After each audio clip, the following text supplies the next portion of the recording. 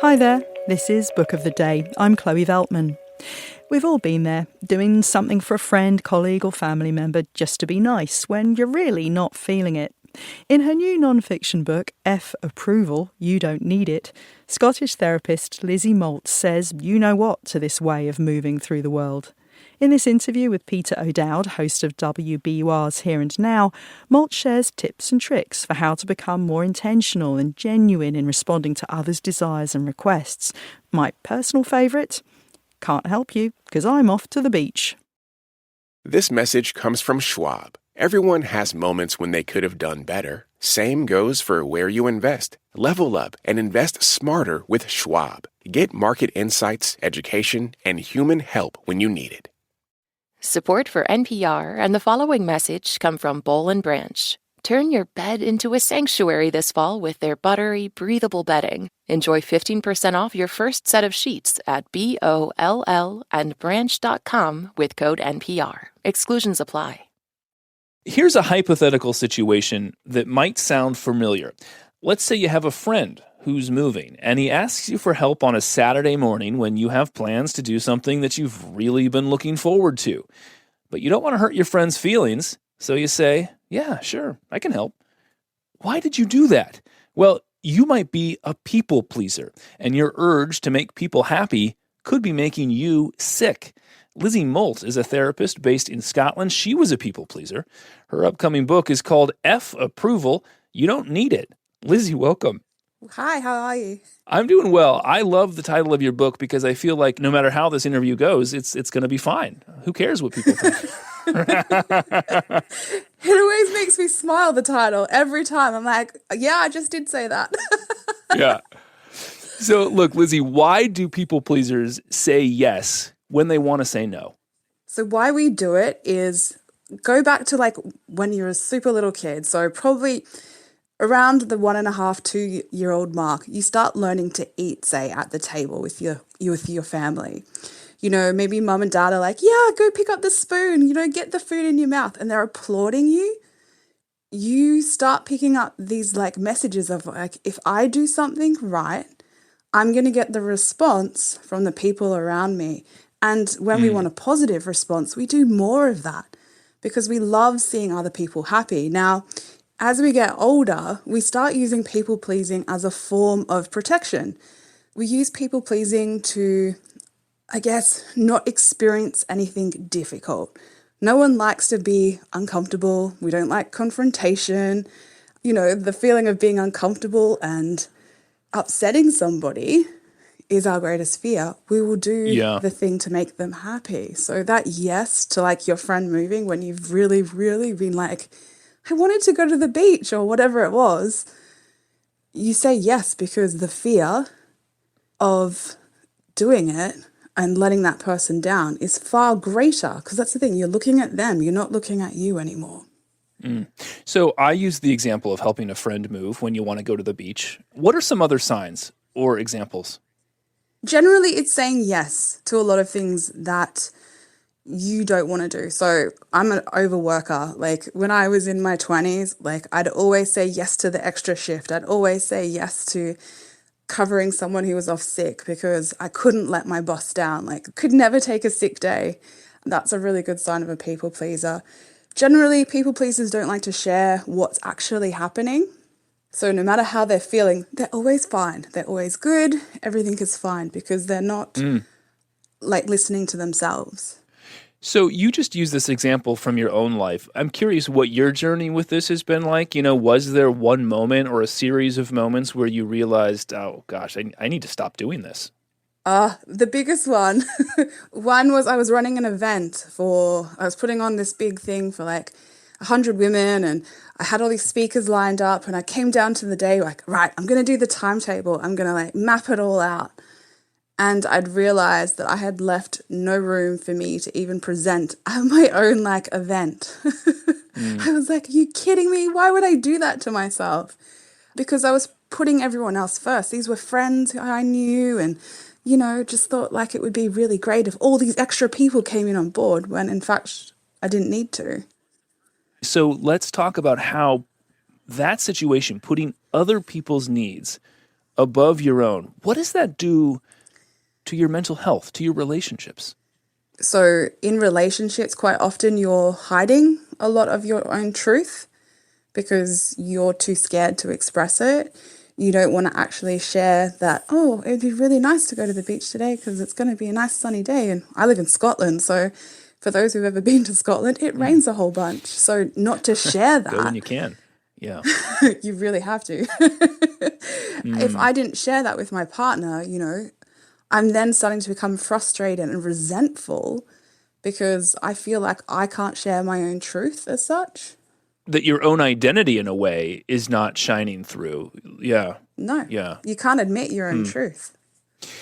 So let's talk about how to stop people pleasing then. You have 11 steps, and we just don't have time to get to all of them. But what's one thing, the first thing someone can do if they start to recognize this in themselves? The first thing I say to every people pleaser is that we need to turn the table around on your awareness. People pleasers are super vigilant.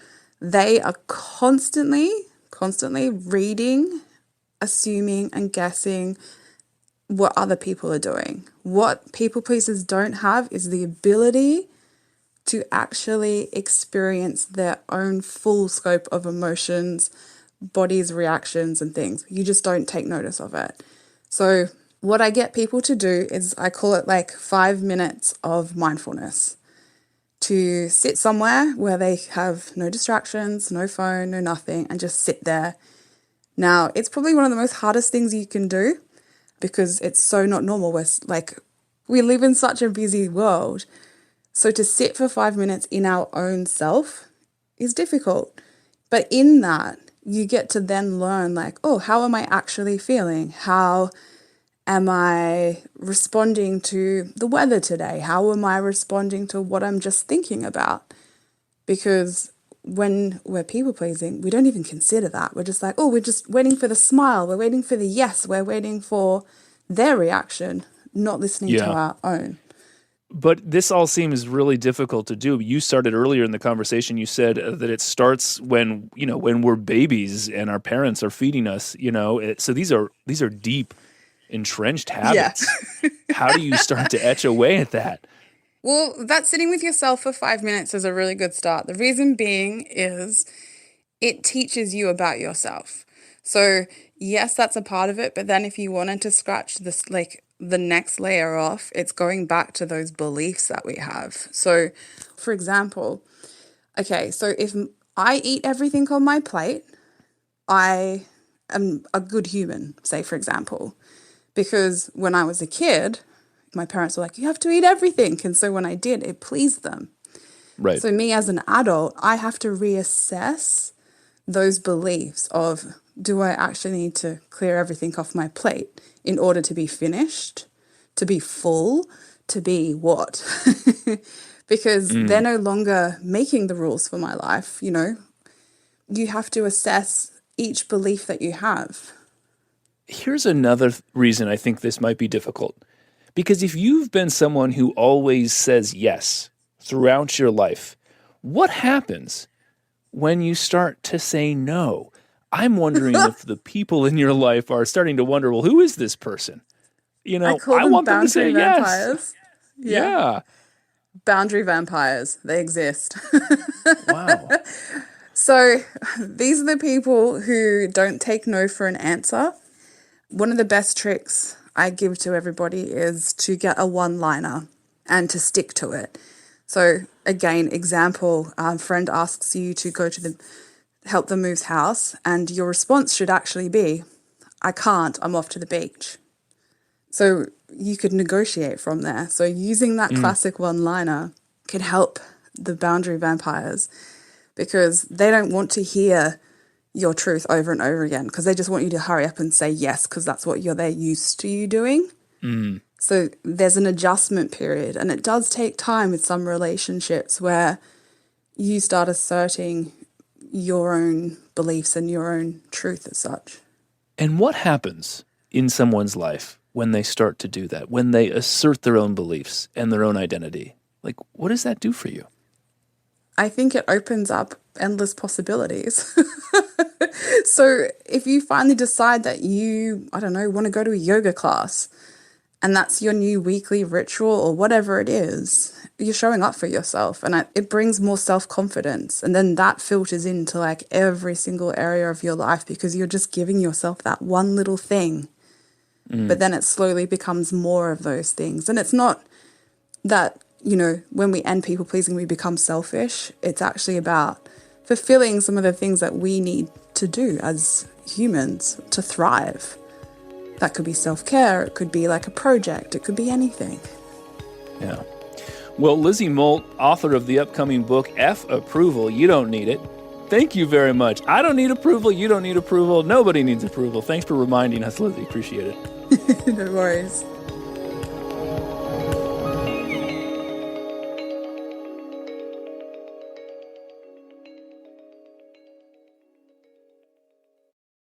Support for NPR and the following message come from Boll & Branch. Turn your bed into a sanctuary this fall with their buttery, breathable bedding. Enjoy 15% off your first set of sheets at BOLL&branch.com with code NPR. Exclusions apply. Support for NPR and the following message come from IXL Learning. IXL Learning uses advanced algorithms to give the right help to each kid no matter the age or personality. Get an exclusive 20% off IXL membership when you sign up today at IXL.com/NPR. Support for NPR and the following message come from Boll & Branch. Turn your bed into a sanctuary this fall with their buttery, breathable bedding. Enjoy 15% off your first set of sheets at BOLL&branch.com with code NPR. Exclusions apply.